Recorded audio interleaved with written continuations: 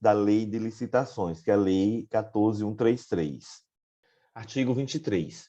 O valor previamente estimado da contratação deverá ser compatível com os valores praticados pelo mercado, considerados os preços constantes de bancos de dados públicos e as quantidades a serem contratadas, observadas a potencial economia de escala e as peculiaridades do local de execução do objeto. Parágrafo 1º. No processo licitatório para aquisição de bens e contratação de serviços em geral, conforme regulamento, o valor estimado será definido com base no melhor preço aferido por meio de utilização dos seguintes parâmetros, adotados de forma combinada ou não. Inciso 1. Composição de custos unitários menores ou iguais à mediana do item correspondente no painel para consulta de preços ou no banco de preços em saúde disponíveis no Portal Nacional de Contratações Públicas, PNCP. Inciso 2. Contratações similares feitas pela administração pública em execução ou concluídas no período de 1 ano anterior à data da pesquisa de preços, inclusive mediante sistema de registro de preços, observado o índice de atualização de preços correspondente. Inciso 3. Utilização de dados de pesquisa publicada em mídia especializada, de tabela de referência formalmente aprovada pelo Poder Executivo Federal e de sítios eletrônicos especializados ou de domínio amplo, desde que contenham a data e hora de acesso. Inciso 4.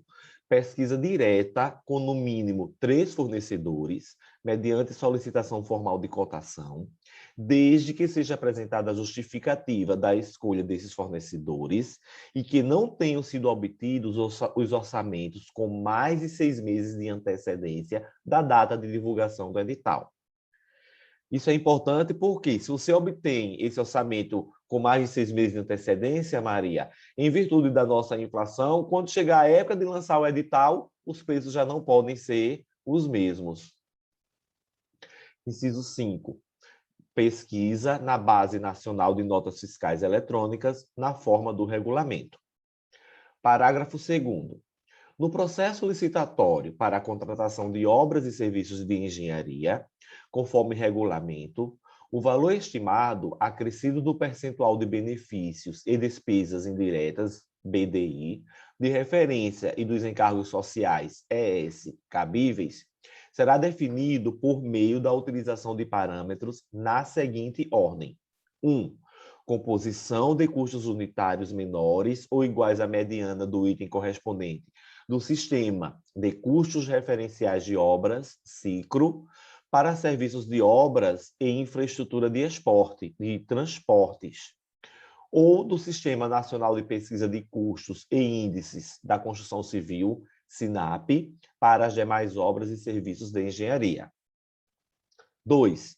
Utilização de dados de pesquisa publicada em mídia especializada, de tabela de referência formalmente aprovada pelo Poder Executivo Federal e de sítios eletrônicos especializados ou de domínio amplo, desde que contenham a data e a hora do acesso.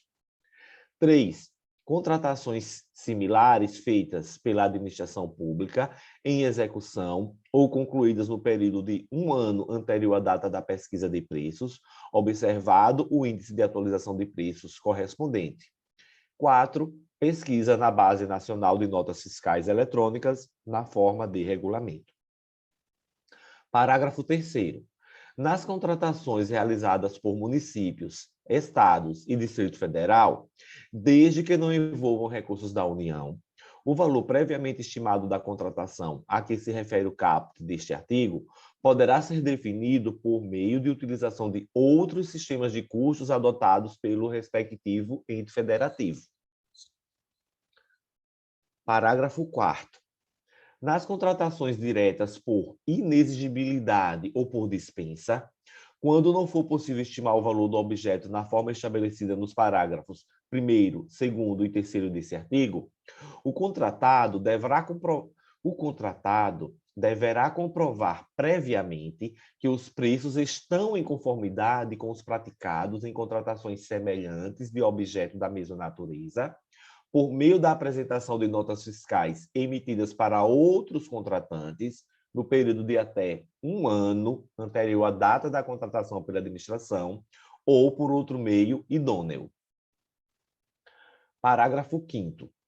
No processo licitatório para a contratação de obras e serviços de engenharia sob os regimes de contratação integrada ou semi-integrada, o valor estimado da contratação será calculado nos termos do parágrafo 2º deste artigo, acrescido ou não de parcela referente à remuneração de risco e, sempre que necessário e o anteprojeto o permitir, a estimativa de preço será baseada em orçamento sintético, balizado em sistema de custo definido no inciso 1 do parágrafo 2º deste artigo, devendo a utilização de metodologia expedita ou paramétrica e de avaliação aproximada baseada em outras contratações similares, ser reservada às frações de empreendimento não suficientemente detalhados do anteprojeto. Parágrafo 6º.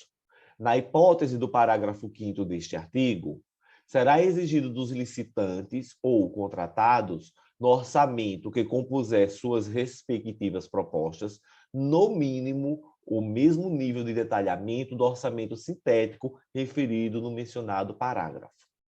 Artigo 24.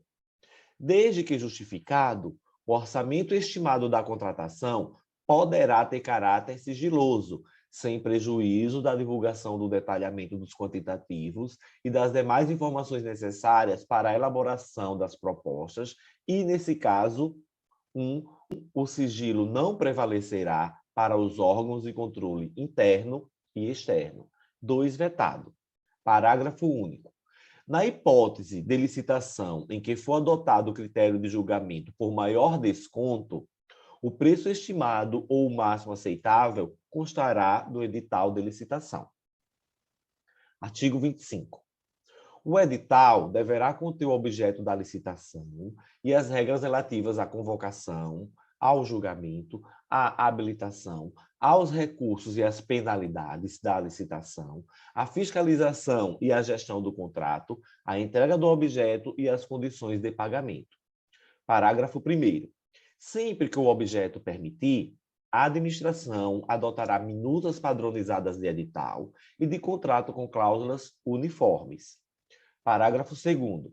Desde que, conforme demonstrado em estudo técnico preliminar, não sejam causados prejuízos à competitividade do processo licitatório e à eficiência do respectivo contrato, o edital poderá prever a utilização de mão de obra, materiais, tecnologias e matérias-primas existentes no local da execução, conservação e operação do bem, serviço ou obra. Parágrafo 3º. Todos os elementos do edital, incluídos minuta do contrato, termos de referência, anteprojeto, projetos e outros anexos, deverão ser divulgados em sítio eletrônico oficial na mesma data de divulgação do edital, sem necessidade de registro ou de identificação para acesso. Parágrafo 4º. Nas contratações de obras, serviços e fornecimentos de grande vulto, o edital deverá prever a obrigatoriedade de implantação do programa de integridade pelo licitante vencedor, no prazo de 6 meses, contado da celebração do contrato, conforme regulamento que disporá sobre as medidas a serem adotadas, a forma de comprovação e as penalidades pelo seu descumprimento. Interessante isso, né? Quer dizer, exige de quem ganhar que tenha um programa de compliance instituído no prazo máximo de 6 meses. Bem bacana. Isso. Exatamente para evitar, Maria, aquelas obras faraônicas que ficava a perder de vista. Exemplo, a questão da transposição do Rio São Francisco, que acho que já faz mais de 10 anos, né, e não houve esse compliance, né, uma projeção. Claro que a gente sabe que, quando está em contrato de execução de obra, normalmente de obra arquitetônica, de engenharia de grande vulto, podem haver intempéries, né? A questão climática e etc. Nada é totalmente tão rígido, mas você tem que ter pelo menos uma previsibilidade, né? Que é isso que parágrafo 4º existe, né? Que haja, ó, nesse prazo de 6 meses, esse compliance que tu falaste, né? Para ver a possibilidade de cumprimento dos prazos, né? E bem como a sua comprovação, inclusive com as possibilidades de penalidades pelo seu descumprimento. Parágrafo 5º. O edital poderá prever a responsabilidade do contratado pela 1. Obtenção do licenciamento ambiental e 2. Realização da desapropriação autorizada pelo poder público.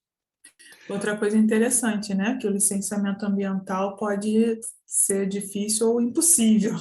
E aí, Exatamente. o contratado fica, né? Ele ganha, mas não é como se ganhasse, mas não levasse.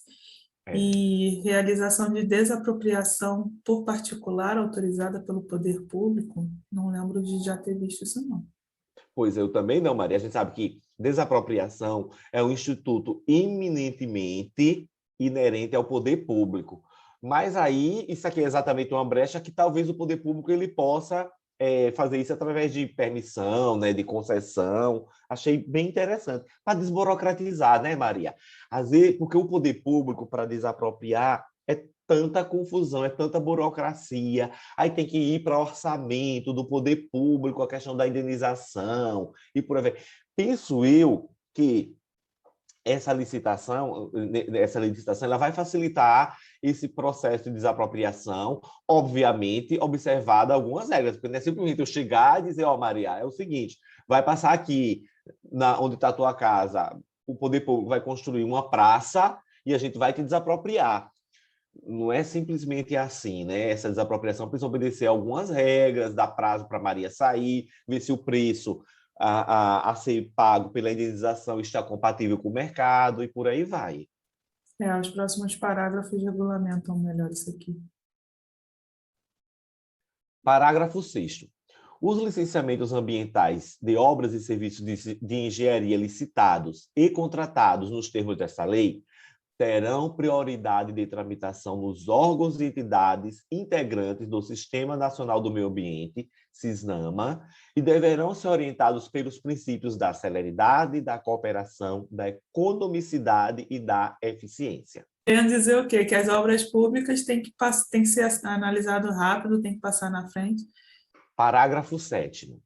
Independentemente do prazo de duração do contrato, será obrigatória a previsão no edital de índice de reajustamento de preço, com data base vinculada à data do orçamento estimado e com a possibilidade de ser estabelecido mais de um índice específico ou setorial, em conformidade com a realidade do mercado dos respectivos insumos. Parágrafo 8º. Nas licitações de serviços contínuos, observado o interregno mínimo de 1 ano, o critério de reajustamento será por 1. Reajustamento em sentido estrito, quando não houver regime de dedicação exclusiva de mão de obra ou de predominância de mão de obra, mediante previsão de índices específicos e setoriais. 2. Repactuação, quando houver regime de dedicação exclusiva de mão de obra ou de predominância de mão de obra, mediante demonstração analítica da variação dos custos. Parágrafo 9º.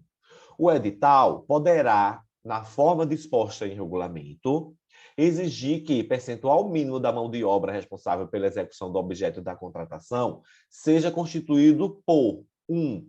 Mulheres vítimas de violência doméstica, 2. Oriundos ou egressos do sistema prisional. Artigo 26. No processo de licitação, poderá ser estabelecida margem de preferência para 1. Bens manufaturados e serviços nacionais que atendam a normas técnicas brasileiras.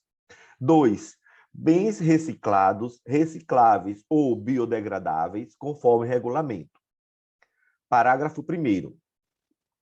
A margem de preferência de que trata o caput desse artigo, 1. Será definida em decisão fundamentada do Poder Executivo Federal, no caso do inciso 1 do caput deste artigo. 2. Poderá ser de até 10% sobre o preço dos bens e serviços que não se enquadrem no disposto nos incisos 1 ou 2 do caput deste artigo. 3. poderá ser estendida a bens manufaturados e serviços originários de estados partes do Mercado Comum do Sul, que é do Mercosul, desde que haja reciprocidade com o país prevista em acordo internacional, aprovado pelo Congresso Nacional e ratificado pelo Presidente da República. Parágrafo 2º. Para os bens manufaturados nacionais e serviços nacionais resultantes de desenvolvimento e inovação tecnológica do país, definidos conforme regulamento do Poder Executivo Federal, a margem de preferência a que se refere o caput desse artigo poderá ser de até 20%. Ou seja, nessa hipótese, a margem sobe de 10% para até 20%. Parágrafo 5º. A margem de preferência não se aplica aos bens manufaturados nacionais e aos serviços nacionais se a capacidade de produção desses bens ou de prestação desses serviços no país for inferior, 1, à quantidade a ser adquirida ou contratada, ou 2, aos quantitativos fixados em razão do parcelamento do objeto, quando for o caso. Parágrafo 6º. Os editais de licitação para a contratação de bens, serviços e obras poderão, mediante prévia justificativa da autoridade competente, exigir que o contrato promova, em favor do órgão ou entidade integrante da administração pública ou daqueles por ela indicados, a partir do processo isonômico, medidas de compensação comercial, industrial ou tecnológica, o acesso a condições vantajosas de financiamento, cumulativamente ou não, na forma estabelecida pelo Poder Executivo Federal. Parágrafo 7º. Nas contratações destinadas à implantação, à manutenção e ao aperfeiçoamento dos sistemas de tecnologia de informação e comunicação considerados estratégicos em ato do Poder Executivo Federal, a licitação poderá ser restrita a bens e serviços com tecnologia desenvolvida no país, produzidos de acordo com o processo produtivo básico de que trata a Lei 10.176 de 2001. Isso aqui, Maria, é muito importante, que é exatamente para quê? Para incentivar a indústria nacional tecnológica. Artigo 27. Será divulgada em sítio eletrônico oficial, a cada exercício financeiro, a relação de empresas favorecidas em decorrência do disposto no artigo 26 desta lei, com indicação do volume de recursos destinados a cada uma delas.